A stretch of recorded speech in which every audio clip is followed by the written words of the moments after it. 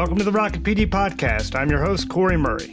I'm a longtime education journalist and co-founder of RocketPD, here to bring you real talk with educators confronting what's broken in America's schools and hopefully offering up some advice and solutions about how to help fix it.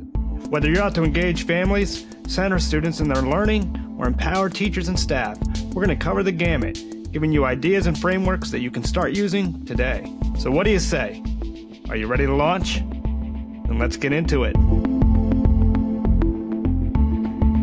Coaching is the key word. You're coaching a continuous improvement process because teaching is really, really hard. I mean, a seventh grade teacher, my daughter was a seventh grade English teacher for years, teaching 5 classes a day, 30 kids in every class. It's just really, really hard work. And every class is different. The dynamic is different. The pheromones are different. The barometric pressure, whatever else is going on.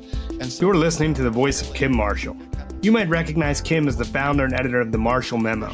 He's also a former Boston principal and one of the world's leading voices on teacher evaluation. Teachers really, they get kind of lonely and they want feedback.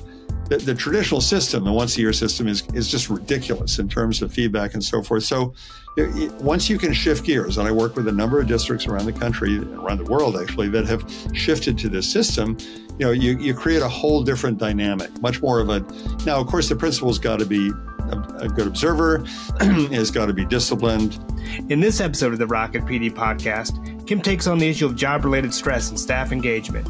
He challenges leaders to rethink the traditional teacher evaluation process, in which school leaders deliver feedback in bunches, often toward the end of the year, with a system of so-called mini observations, featuring a series of frequent unannounced visits, followed by a brief face-to-face meeting and a short write-up delivered electronically that teachers can use to make improvements in real time. So if you can keep up a pretty steady pace, occasionally there are bad days when you do 0, but getting into a couple of classrooms, 10 or 15 minutes, and then catching the teacher at some point the next day or the same day, having these feedback coaching conversations, appreciation conversations, that creates a whole different climate in a school. And there are a number of people who are making this shift.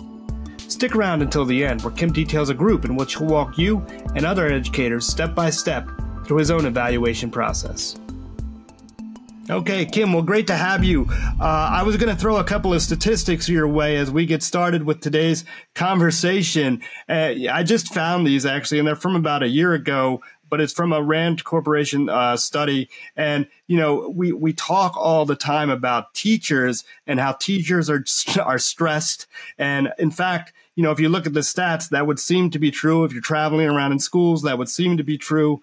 The stat that I found said that 73% of teachers are dealing with job-related stress, which sounds like a lot, particularly when you compare it to the fact that only 35% of other adults in other professions say they're dealing with job-related stress. Now, the kicker for me was that compare that 73% of teachers to 85% of school principals who say that they're feeling job-related stress. So we know this stress, job-related stress, is a big problem in schools. It's a challenge. We're trying to figure out ways to give people more space to allow them to engage more efficiently, more effectively. We've been talking a lot about teacher evaluation and how that could potentially help both principals and teachers. So I wanted to hear your take on that. Can this help with job-related stress? Can this help principals and teachers be more efficient and more effective in the classroom? And really, what does that look like?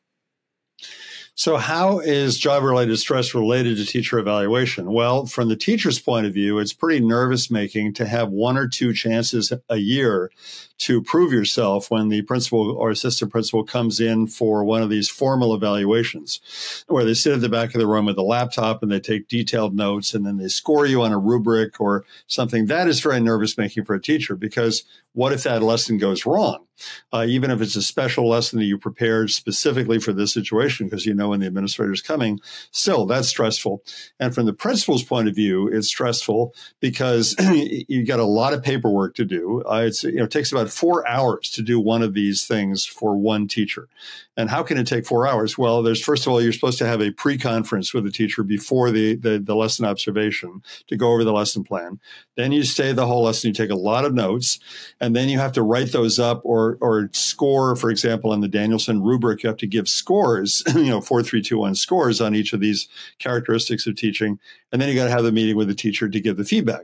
So if you go by the book, that's 4 hours. And in Chicago public schools, it's 6 hours because they want even more documentation. So, and that tends to bunch up because this is like going to the dentist. I mean, it's kind of an unpleasant, very, very time consuming and hard work kind of process. So that's stressful, and you tend to put it off. So you tend to do it. I did when I was a principal just before the deadline in Boston Public Schools. It was May 15th was the deadline. So you're kind of pulling all-nighters and getting all these things done on time. So that's a lot of stress too.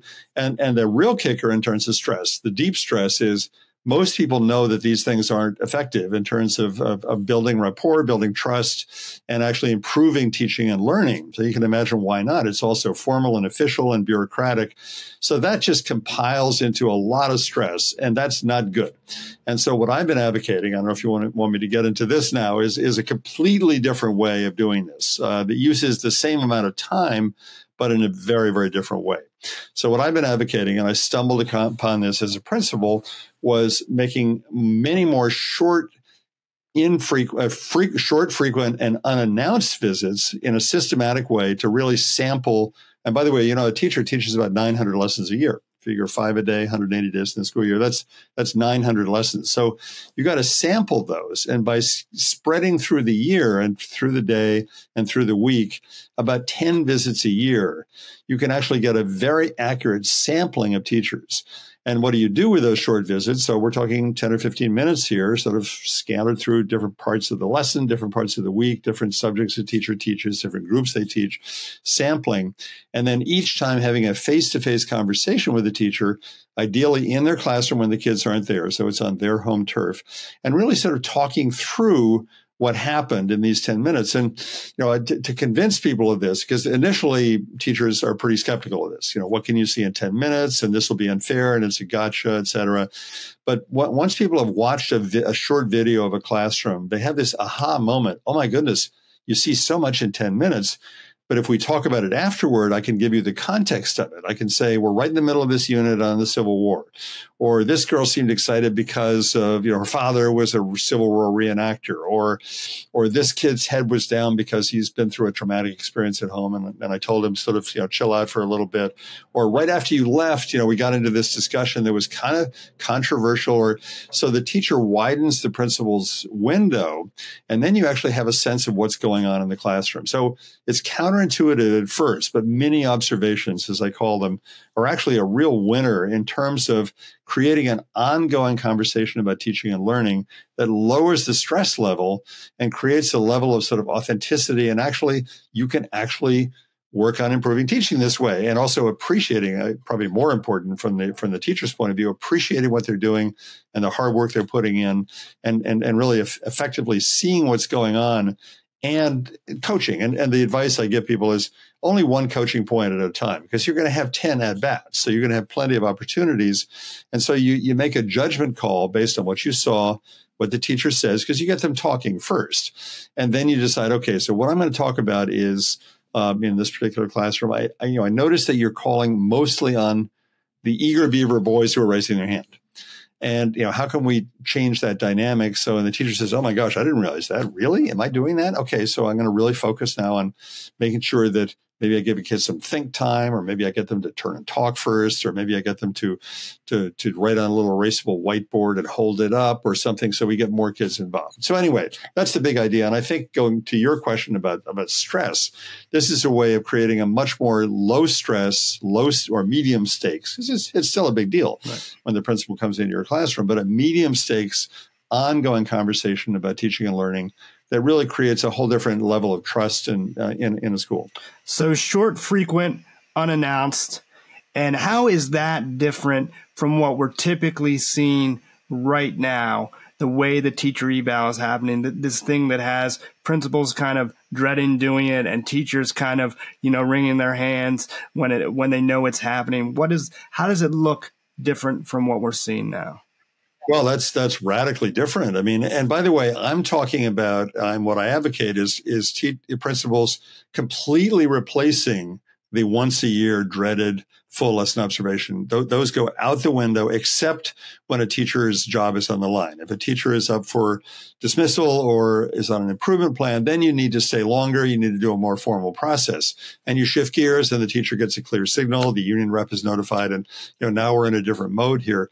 But for 98% of teachers, or 99% of teachers who are basically in the okay to good to great zone, you're doing this sort of ongoing coaching process. Coaching is the key word. You're coaching a continuous improvement process, because teaching is really, really hard. I mean, a seventh grade teacher, my daughter was a seventh grade English teacher for years, teaching 5 classes a day, 30 kids in every class. It's just really, really hard work. And every class is different. The dynamic is different. The pheromones are different, the barometric pressure, whatever else is going on. And so teachers really, they get kind of lonely, and they want feedback. The traditional system, the once-a-year system, is just ridiculous in terms of feedback and so forth. So once you can shift gears, and I work with a number of districts around the country, around the world actually, that have shifted to this system, you create a whole different dynamic, much more of a. Now, of course, the principal's got to be a good observer, has got to be disciplined. So if you can keep up a pretty steady pace, occasionally there are bad days when you do 0. But, getting into a couple of classrooms, 10 or 15 minutes, and then catching the teacher at some point the next day or the same day, having these feedback coaching conversations, appreciation conversations, that creates a whole different climate in a school. And there are a number of people who are making this shift. So they have these short, frequent, unannounced visits, and then they have these face-to-face conversations. And I've heard you talk about this before. You want those conversations to take place on the teacher's turf. Tell me a little bit about that. Correct. That makes a big difference. Even though teachers are adults and they have tenure and whatever, there's still this anxiety about being summoned to the principal's office. I see you were in Mr. Marshall's office. Everything okay? And then you're on the principal's turf, and principal keeps getting interrupted by phone calls and texts and stuff like that. Whereas if you're in the teacher's classroom, when the kids aren't there, of course, no one else is there, it's private, you're much more likely to have a substantive conversation. And they don't have to be long. We're used to these post-observation conferences taking like 25, 30 minutes, and they're kind of tense, and the teacher can get defensive and so forth. In the teacher's classroom, and again, the format that I'm recommending is that the principal starts by giving a specific compliment. Like, I noticed that this unit is really, diving into the substance, and we're getting into some of the kids' misconceptions here, about the Renaissance, and that's a good thing. And the dialogue there was really impressively thoughtful, and then shift gears and get the teacher talking. Tell me a little bit more about this unit. Tell me what your essential questions are. Tell me, where you're going with this and what happened after I left. So then the teacher talks, and teachers, once they're prompted properly, they love to talk about their work. I mean, they're lonely. Their spouse doesn't want to hear about the Renaissance unit that they've heard about 500 times before, and the teacher talks, and then that might be sort of a 5-minute kind of principal listening, being a good listener. And then the principal has decided at this point on their coaching point. Okay, so I'm going to give this coaching point. Teacher hears that, and then the final part of the conversation is sort of an actionable next step. And if it was the situation of calling on the eager beaver boys, the loudmouth boys, or the chatterboxes, then a teacher might say, okay, well, we're going to try this. Or the principal might say, well, observe, Corey's classroom, because Corey's been experimenting with this electronic response system. I'll free you up next period or next tomorrow, and you can watch that, and then try that out, and then we'll talk about it some more. So that's just a dialogue again, and the issue of. By the way, the formal once-a-year visit is not the only bad part of the way people are doing teacher evaluation. Another part of it is the attempt that came up during the Bush and the Obama administrations of trying to use student learning test scores as part of the evaluation process. And this idea has been a train wreck, and we now realize the folly of it, and most states are beginning to back away from it. But that, in addition, has created stress around, oh my God, my test scores, or this particular test, or my school is held accountable for the English teachers' test scores. I'm a social studies teacher, but we're using the English Regents test, for example, in New York, to judge me as a teacher, even though I don't teach English. The whole idea has been crazy. And however, Obama and Bush were not wrong that student learning is the outcome we're looking for. It's just how they were measuring it. The metrics of it were all wrong and didn't work and were inaccurate. So I do believe in talking about student learning, but why not talk about that at the micro level, at the lesson level? The kids seemed excited about that. Or I was looking over the kids' shoulders in this unit on the solar system, and the kids still seem to have a misconception. They still seem to think that the seasons are caused by the proximity of the Earth to the sun as it orbits every year, and that's just not correct. So how are we getting that misconception out of their heads? So we're talking about learning, what the kids are actually learning. Maybe I walk in, they're giving a test, and I look over their shoulders and I see the nature of the test, or maybe I visit the fourth grade team when they're having a discussion about that test that they gave, or the poems the kids have written, or the artwork they've produced, and we're talking about learning. But we're talking about it right down at the ground level, when we can actually do something about it, versus this bogus business it's called value add measurements, VAM, that has been a huge problem for the last few years. So it localizes it to the classroom and then really individualizes it to the instructor and their sort of relationship with the principal, in the respect that they're then able to talk about that, and not just talk about it in broad terms, but talk about it in terms of specific things that they can do in their classroom to hopefully move the needle in the right direction. So that's pretty awesome. Another thing that I was thinking about as you were talking is, okay, so these conversations happen, and you're kind of taking mental notes, but there's also this notion of, a report or something that goes in the teacher's file afterward, right, that they can refer back to. Can you talk to me a little bit about, that and how that takes place in your model versus perhaps other models? Well, my thinking is actually changed over the years, or we say progressed. So when I was a principal in Boston for 15 years, large elementary school. And for the first 6 years, I was doing the traditional model. And I was pretty comfortable with that. And I thought I was pretty good at it, writing up these things and putting them in teachers' mailboxes and talking about them. And at some point, one of our teachers said, Kim, we actually don't read these reports that you write. We just look at the score we got. That's what we care about. And I was shocked because I was spending all this time. So I shifted gears and got into mini observations, and the teachers were a little wary at first, but then they got used to it and really liked it. And we had these conversations. I was very disciplined. I kept up a good pace for 9 years, but I didn't write anything after the conversation. I had been burned. I'd lost a grievance in my first year about taking notes and giving people write-ups. And so I just didn't write anything down. And even when I was in the classroom, and I didn't give people a report, or certainly not a score at the end. I just talked to them. Yeah. And that was good, and our school made good progress. But since I left the principalship and started coaching principals, I was working with a principal in New York City, and she felt it was a good system, and she was very good at it. She was very good at sort of tough love conversations with teachers and appreciating teachers, but she thought something was missing. And so she began to send, after the conversation, a brief summary to the teacher. Here's what we talked about. Here's what we agreed. And she found it did two things. First of all, the teacher took it a little more seriously. Now it's in writing. Okay, there's no saying, "Oh, you never told me that," or "You never gave me that compliment." But also, her boss, who was actually the District 4 superintendent in New York City, had been very skeptical about these mini observations. But then he saw, "Oh my gosh, you have a track record. You have a paper trail here, very brief, just a summary," and he was impressed. So those two reasons changed my mind, and I now advocate, after the conversation, again, the sequence is important. The short visit, the conversation as soon as possible afterward, and then a very brief summary sent electronically. Now, the trap here is, what if people write a page and a half and, are up late at night, writing a page and a half? Now we're back into the time management problem and that slows you down and it makes it more formal and everything. So some guys down in Tennessee have invented this program called T-Eval, a platform for teacher evaluation.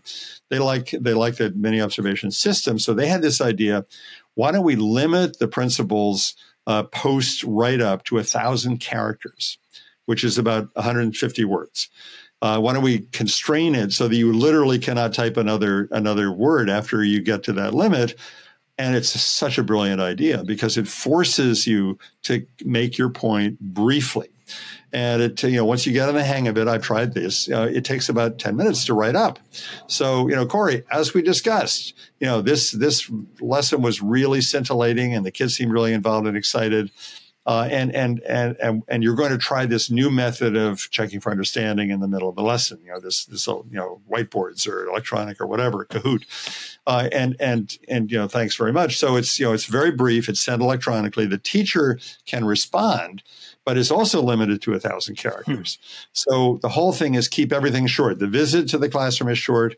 The conversation is short, 10 minutes or so, and then the brief write-up is short. So you really could fit a couple of these little cycles into even a very busy day as a principal. So that creates a paper trail documentation. And then at the end of the year, you sum all that up in a formal end of the year evaluation that's much more compact, but has a real sort of track record behind it. So this idea, when things are short and concise, right, you can digest them quickly, you don't lose time, and you can also act on those things. When things get really long and drawn out, not only do you lose time, but it seems like it would also make it difficult to act on because now you have tons of stuff to process. And if you were at the top of the document, you were probably thinking you had to work on this thing. And by the time you got to the bottom, you were probably thinking you had to work on this other thing. And then neither of those two things happened. Plus, it's May, so it's too late. It's too late in the year. I want to hear in September about this particular problem. Yeah. So you mentioned several things there: the overload and just too many things to do. And any good athletic coach knows you coach on one thing at a time. You don't give people a whole lot of different feedback. Right. Well, that's great. I mean, I think that a lot of people, just that piece of it, thinking about how to do those evaluations differently to create some action and to give people the time needed to actually make those changes could be huge, game changer, really. Right. Another question that I had and something that I've heard, again, as we've talked about this, is the idea of a rubric, right? And sort of how we actually put this up against a rubric to do evaluation. I know there are several different rubrics. I've heard you mention Danielson, Marzano. I know you have one. So I thought you could talk a little bit about the rubric process, how that comes in, and how principals can use that. Well, for a very long time, what went in the teacher's file at the end of the year, this summation of this process, was a written report. And I have an example of one that's like 4 pages long. And the principal is trying to capture all the best things about this teacher. The crazy thing is it's usually based on one visit, which is nuts. For the teacher to try to cram everything into one class, one lesson is insane. So that's what we did for a long time. And in I think it was 1976, Charlotte Danielson, who was then working at Educational Testing Service in Princeton in New Jersey, created what she called a framework for teaching. And what she did was to break teaching into 76 different actions. And then she wrote a description of each of those at a good level. And then she teased that up to 4 levels of performance. So a very good level, what she called distinguished, a proficient, a solid level, a needs improvement level, and a not so hot at all level. So 4 levels of performance. And this was the first rubric. She called it a framework. And no one had really done this before. And it was sort of revolutionary.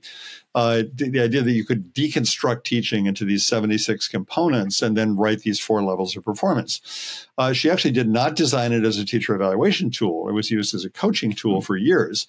And then in 2013, this big study called the MET study, Measures of Effective Teaching Study, funded by the Gates Foundation, came out with this report in which they said, let's evaluate teaching in 3 ways. One of them being, let's use a rubric like Danielson's, and they looked at 3 others to evaluate. And this report in 2013 had a huge impact. People began to use rubrics, including Danielson's, for the end of the year evaluation. And it seems more systematic. I kind of like the idea. But when I looked at Danielson's rubric and the others, I said, how can a principal rate a teacher on 76 different things? I mean, this is kind of an overload situation, especially if you're only looking at one lesson. That's kind of crazy. And so Danielson, responded to this by cutting her thing down to 22. She sort of smushed things together, and Marzano has made his shorter. I've made mine shorter. But still, a rubric to look at one lesson is nuts. It just is. It's the wrong grain size, one person said. So I feel a rubric is what you do at the end of the year. And in the system that I'm advocating, you have these 10 mini observations, or however many you have, hopefully that many. So you have many different, windows into the teacher's world, and you get a fair assessment of those 900 lessons, along with the conversations and the team meetings and so forth. But then you sit down with a rubric at the end of the year, and you say, you have a meeting with the teacher. They score themselves on the rubric. And again, this 4, 3, 2, 1 scale. You score them, and you come together and you compare and you discuss any disagreements. So, Corey, you gave yourself a highly effective on this one. I gave you an effective. Let's talk some more about that. Especially where there's a significant difference. You gave yourself a highly effective. I gave you a not effective at all. And you discuss it, and more evidence comes out. You don't want to get into a big evidence sort of documentation thing, but the principals I've worked with who are doing this find that it's really quite efficient to have this conversation, to compare.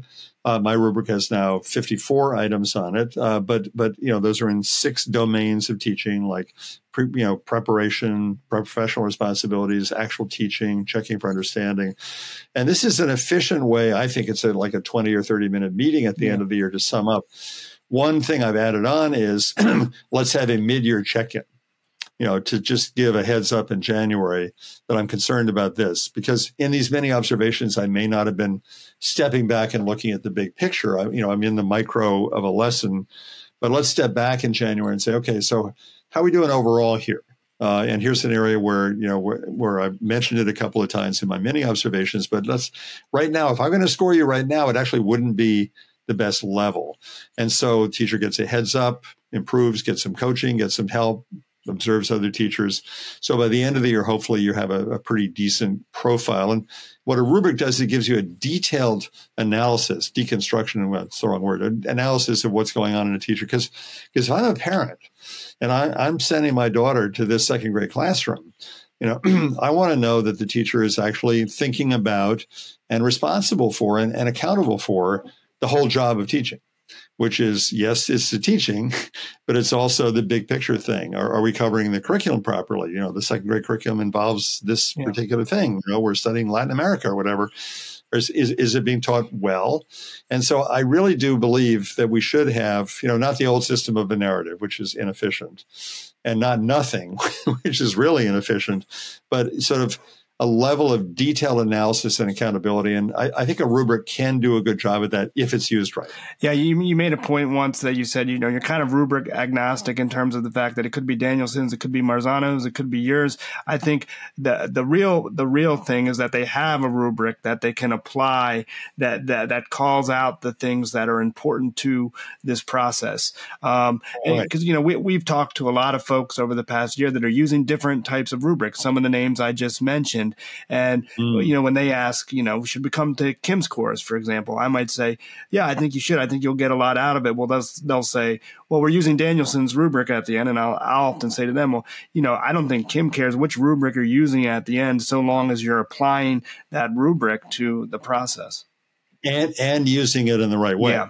So in New York City, the biggest district in the country, they use the Danielson rubric to score individual lessons. And, when they talk about it, they get into arguments about it. I'm not at this level and so forth, versus really looking at the teaching, what's going on with the teaching here. So it's a misuse of Danielson's rubric. If they used it at the end of the year to put together multiple visits, that would be fine. I do think my rubric is better than Danielson's because I've had more time to analyze. And I actually just made 2 major changes in my rubric. I cut down from 10 on each page to 9. And I took off the numbers, the 4, 3, 2, 1, because that gives a falsely, analytic, numerical thing. So now I just use the words of the 4 levels: highly effective, improvement necessary, does not meet standards. And another advantage of my rubric is it's free and open source, so people can tweak it, which has been done in a number of schools. So let's say I'm bought in, right? I love this idea of mini observations. I'm a principal. I've been struggling with how do I connect and build trust with my teachers? How do I give us more time throughout the year to integrate some of this feedback and make changes in real time? I love it. But I might not be able to bite the whole apple at once, right? How do I get started if I'm a principal? I like the idea. I want to see if I can make it take hold in my school. How do you coach people to go about beginning? Well, one way not to do it is to try to do a hybrid. To try to, in New York City, actually tried this at one point a few years ago, was say, okay, let's do 6 mini observations, but still do the traditional, full lesson observation. And that fell apart because the traditional one is so time consuming. And in terms of time management and getting into classrooms and so forth. So I advocate taking the leap of faith. And one way is to try with a few volunteers. Just say, is anybody on our staff, I had 42 teachers, is anyone willing to try this, the short visits in the place of the old system? So we try it with a few volunteers. And, after a few visits and conversations, they say, this is much better. It's much less stressful. I'm not getting this special lesson already. And then you cancel on me and I have to change everything. You just pop in. And sure, it makes me a little nervous when you come in my classroom, but we're going to talk afterwards so I can explain what's going on. And we just go about our business. And then you start with a beachhead of a few interested people, and then the word gets out, and then maybe the whole school does it. Another approach would be to take a whole school. For example, in New York City, there are a few schools that have taken advantage. There's sort of a waiver process where you can do something different with a faculty vote. Yep. So in this school, there's a high school in the Bronx. The principal had the trust of the staff. They voted, and they're doing many observations. So the whole school is doing it. Now, if there are people who are uncomfortable with it, maybe you give them, okay, we'll use the traditional system for you.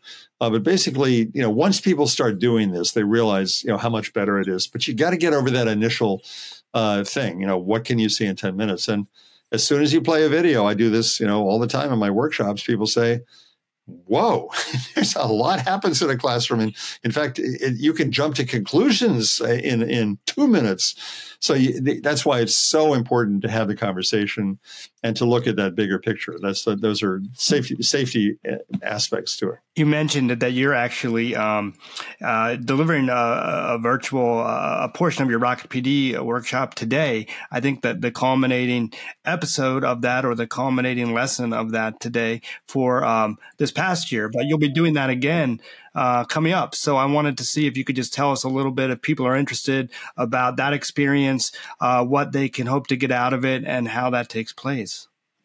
Well, this RocketPD idea, which we would never have thought of before the pandemic, is a really I think it's an excellent format. What in my course, it's 9 90-minute lessons once a month. So it's spread out from the end of September through now we're in the middle of May, and this is the 9th session. And so and actually next year we're going to do 8. So we just trimmed one off. But basically, it allows for an interactive conversation where I can show videos, where we can go into breakout rooms, where we can have discussions, where we can poll people. For example, one of the most interesting questions that I ask in the first session is, in your school, thinking of 4 levels of teaching, from highly effective to effective to marginal, mediocre to poor, to ineffective. I ask the question, how much mediocre, that is level 2 teaching, is there in your school? And we get an anonymous poll response to that by using cell phones for Poll Everywhere. And it's pretty shocking to see in every audience I ask this question, there's a significant number of people who will say, we have this problem in our school. We have some mediocre teaching practices. There's very little really bad teaching. I mean, those people usually hit the exit, fairly early on. There are some scandalous things where people, need to be dismissed, but mostly those are self-selected out. But I think the big moral issue is mediocre teaching practices, which really, I think, really are not good, especially for kids who come into school, who really have needs coming into school. Yeah. And not just talking about economic, I'm talking about emotional needs. And there's a lot of that now in the wake of the pandemic. So I think this is, the course really allows me to first of all, convince people of the folly of the old system, introduce the idea of mini observations through the video and through some simulated conversations, and then just really sort of be very systematic. Okay, let's talk about curriculum planning. Let's talk about time management. Let's talk about how we use student learning. It's a critical issue because a lot of states still have requirements that use student learning as part of the evaluation process. So how do we include that in this process? How do we look at difficult conversations? A situation where there's really something, it's really ineffective. I mean, for example, a teacher who has a harsh, sarcastic tone with kids, and the teacher thinks it's funny. The kids don't think it's funny, and the principal really needs to have a difficult conversation about we cannot have people talking to kids in that way in this school, and that needs to stop. I mean, so having difficult conversations is difficult, and we have a whole session on that. And so just walking through all the different components of how do you run a really good teacher evaluation system, and the last one being time management, because that's the biggest pushback I get is wonderful idea, Kim, but I just can't get out of my office. I got all these emails and all this paperwork and these parents and my superintendent pulls me out of the building for these stupid meetings and all this stuff going on. How do you fit in a couple of visits every day on average and get into those classrooms and have those conversations? That's a huge challenge. And we're going to be just today and tomorrow we'll be addressing that. And there's a lot to time management that a lot has been written about this. And I have a whole a set of suggestions about how to get that under control. I did just want to say, Kim, thanks for joining us. Thanks for talking to us about this process. I think what we've heard is potentially a method and a way to make teaching, number one, to relieve some of that stress that we talked about in the process up front, but also to get better teaching on the ground, which is what we're really trying to do. I think the quote I've heard you say before is, we want to get more good teaching in more classrooms more of the time. And yep. I couldn't think of, a better thing to kind of aspire to than that. So thank you for sharing with us today. If you guys are interested in learning more about Kim's course, if you're watching this on video, I will put the link down below in the comments. If you're listening to it, you can go to RocketPD.com and access all of the information there. Kim, I just want to say thanks again for joining us. It's been a great conversation. I know we'll talk again soon, and I'm looking forward to it. Okay, my pleasure. Thanks so much. All right. Thanks, Kim. Thanks for listening to this episode of the RocketPD Podcast. I'm your host, Corey Murray. We hope you found today's conversation insightful. If you enjoyed what you heard, consider clicking that like button and subscribing to our channel.